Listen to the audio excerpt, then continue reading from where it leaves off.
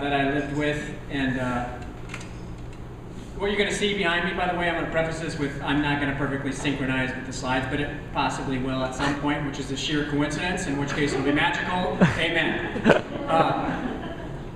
When I moved back from Chicago to Minneapolis, back to Brookings, which is where I'm originally from, I was living in a cardboard box in my apartment on the 3rd floor, which I had customized. It was a cardboard box, an old refrigerator box that I picked up off the curb. And I was there because it was the safest place for me to be. That was pretty much my routine. I would get my son over to Maderi school, I'd come home, lock the door, hide in the cardboard box, and that was my life for several weeks. Because what I didn't know at the time was I was clinically depressed, if that's how you want to define it. And what I later learned after well over a decade is the clinical depression can be cured by medication, which is one form of the cure, but it's only one part of a long healing path.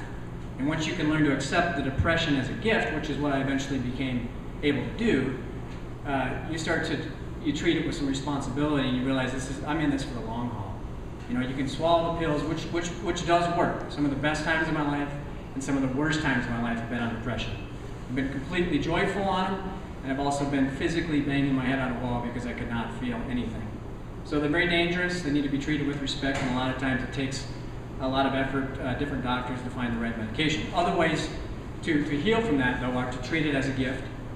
And by treating it as a gift, I was able to find this team of people that could help me get through it. And I've arrived at this collection of tools, and that's why I'm here.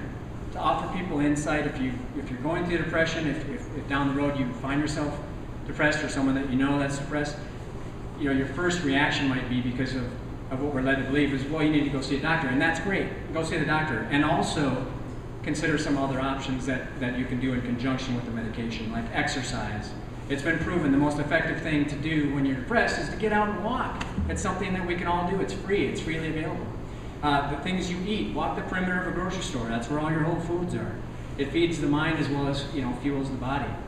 And family support, having a positive, loving family environment.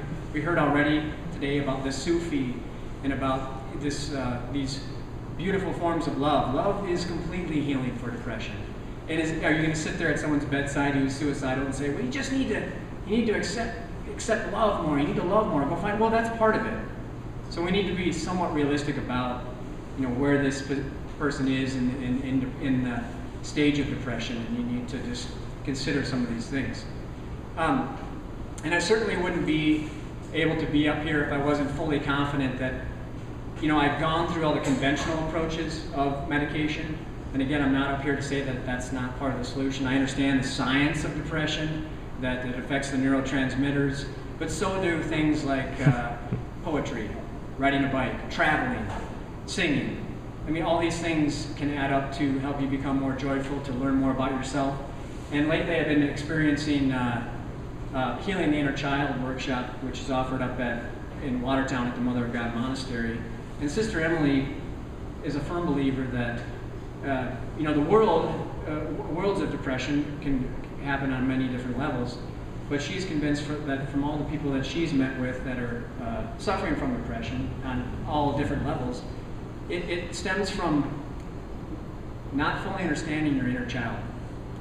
At some point in our lives, not intentional maybe by our parents, not by other adults, but our inner child wasn't fully accepted, and so we weren't able to fully understand and be authentic and embrace that inner child, because it's in all of us. And that inner child, in my opinion, is the purest, most authentic part of ourselves. That's the God that exists in all of us.